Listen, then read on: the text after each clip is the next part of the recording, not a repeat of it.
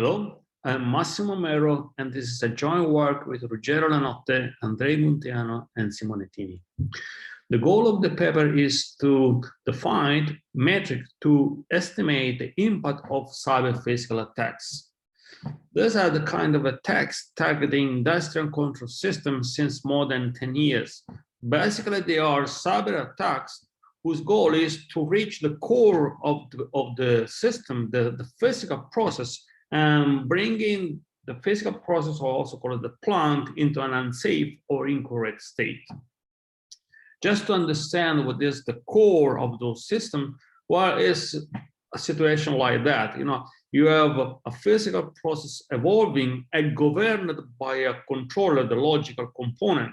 The controller receives information, sensor measurement from the sensors, and provide commands to the actuator to drive the physical process on a certain state.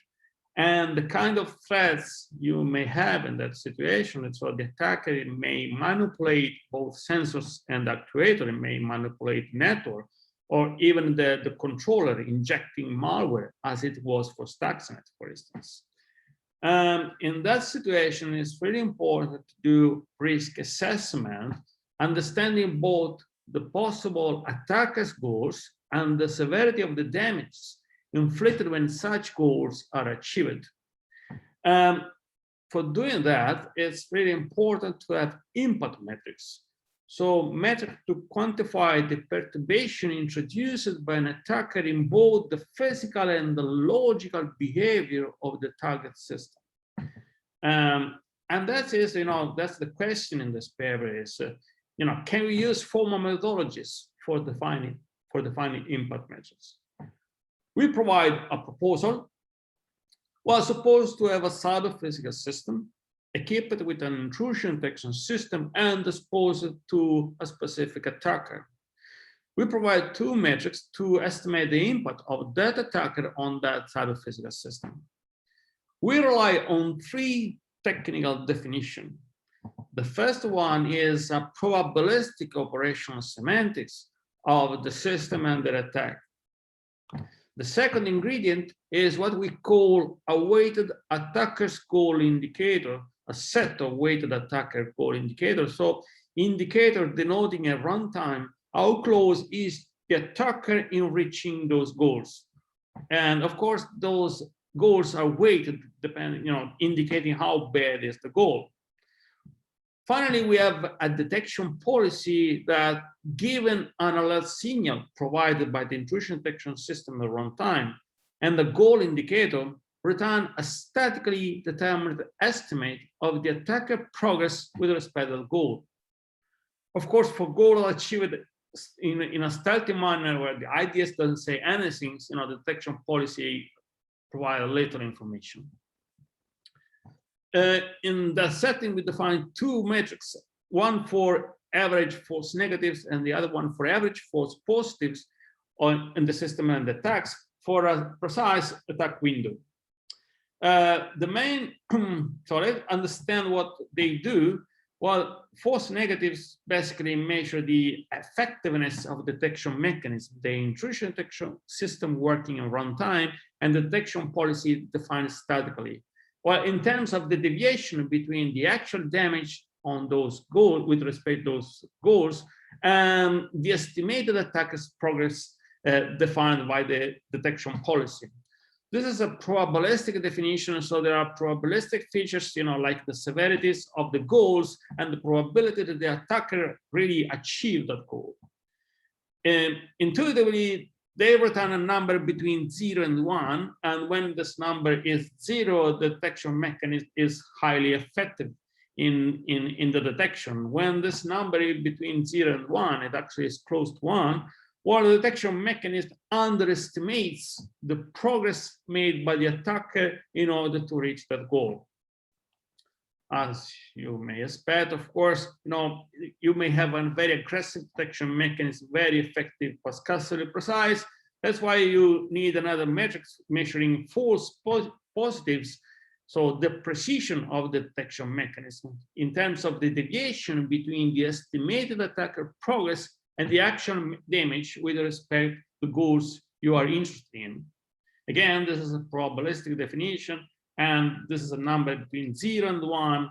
And when the number is 0, well, the detection mechanism is very precise. If say there is an attack with respect to a number of certain goals, actually is right.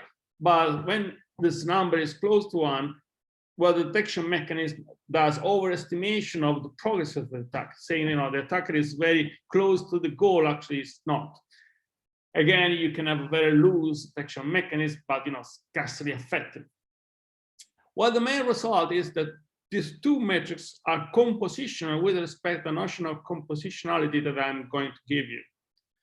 Well, a way we can compose those kind of systems is putting together what we call physically disjoint subcomponents, cyber-physical systems. Physically disjoint means that they don't have a direct interaction at the physical level, but any interaction at the physical level must be filtered by the logical components.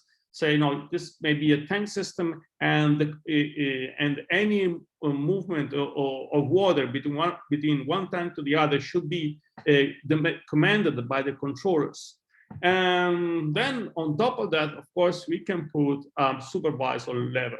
We use this notation for physical disjoint system and putting on top in parallel a supervisor level. What are the main results? Well, the main result is, the first result is that if we put together physically joined components, they have different security clearance. Think of an airplane system where different subsystems have, of course, different security clearance. Well, the metric of the compound system can be obtained by the metrics of the singular components up to a weighted summation that take care of the security clearance. Then if you put on top of that supervisory level with a different detection systems, for instance, a detection mechanism that amplifies the estimate of the progress, well, the resulting compound system also amplifies this estimate. So we would have fewer false negatives and more false positive because we are more aggressive. Then we tested our metrics in a non-trivial case study. We implemented in Simulink a system of supervised and coordinated engines. We have two engines. In these two engines, they have each engine has a cooling system governed by the controller, and the controller of each engine it take care that the temperature remain within a certain safety threshold. Engines, they have three different possible speeds. Usually they work at half power. And we have an attacker goal indicator stress regarding persistent violations of the threshold temperature thresholds. Each engine has an intrusion detection system checking whether the cooling system is active when the temperature is above a certain threshold. If this condition is violated, well, the IDS send a warning to the supervisor level, ask to the controller to slow down the engine. This is a mild form of mitigation, and then demand full power to the other engine, to compensate the loss of performance. We considered three kinds of attacks. Well, the first is an integrity attack to the actuator. So basically a forgery of a command to turn off the cooling system just when it's very close, when the temperature is very close to the threshold. In the way we implemented, this is a stealth attack, so the IDS does not send any warnings. So if you look at the metrics, we have false negatives increasing with the size of the attack windows. But we don't have false positives, of course, because we don't have warnings. A more interesting attack is an integrity attack on the sensor measuring the temperature of the system provided to the controller. We add a negative offset to the temperature. In the way we implemented, this is not a stealth attack, as the IDS sends warning, but it's very interesting what happens in our metric, depending whether we have or we don't have mitigation. On the left-hand side of this picture, is the case where we have mitigation. I recall that mitigation means that the IDS asks to slow down the overheating engine.